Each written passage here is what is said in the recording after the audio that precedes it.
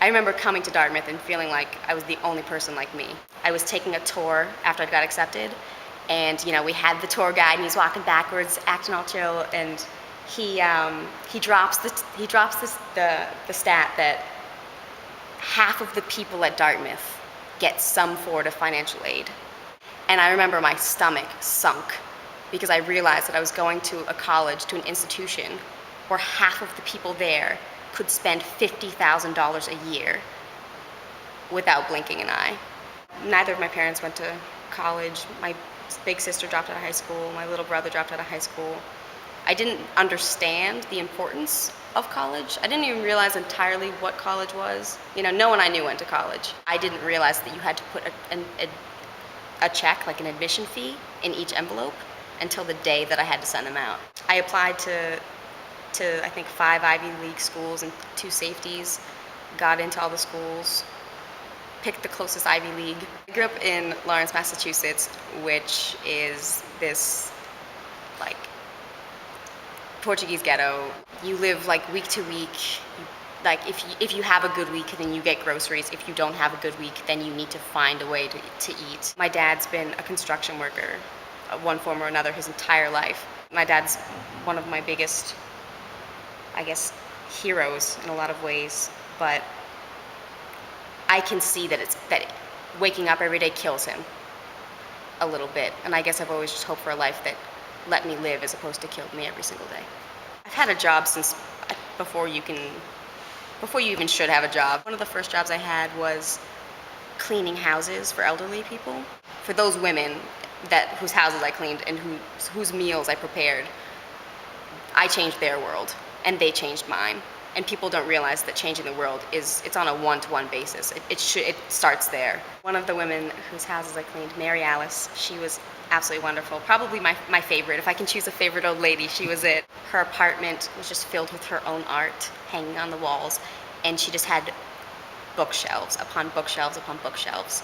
Every day that I would come and clean for her, she'd let me pick a book and take it home, which was amazing. And I remember even then, I've wanted to be a doctor for as long as I can remember, and I remember picking like this big medical dictionary one time, and I remember like carrying it around with me for weeks and weeks, thumbing through it every once in a while as if I could possibly begin to comprehend like the gibberish, like the big ridiculous words that I'm sure even now I couldn't dissect. One book that I actually have on campus with me now that has been one of my favorite books of all time is The Words of Wordsworth, which is a book of poems from Wordsworth. Before school, like 7th grade, Mrs. Napolitano's class, I used to sit before class started, little punk, probably with a ponytail and like a hoodie up. I always got yelled at because I always put my hoodie up, and just like sit and read a poem, and like that's how I'd start my day. I didn't even have to know what the words meant. I grew to learn, not the medical words, but I grew to learn,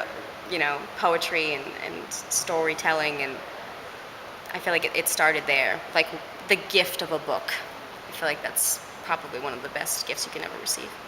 I came in freshman year knowing I was going to be pre-med. I just happened to take playwriting 1. Ultimately, like the main hinge of where my life really changed was where I won the Frost Odd for the first time. It didn't become real until someone said, like, we want to hear what you have to say. From there, I tried, I just kept writing, and I won the Dot again. Before you knew it, a producer had bought Fold the Clothes, and I don't know. I guess it just, people started vouching for me and believing in me and,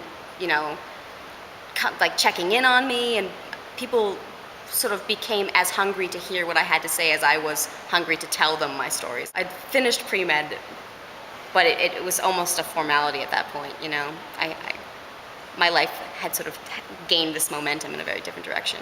After Fold the Clothes opened last year, and of course that's the story about a young girl whose imaginary friend is murdered, sort of the fantastical story, but of course it's a story about a young girl who is in a violent home with 2 parents that don't love each other. After that play, people that I'd known for years came up to me just crying,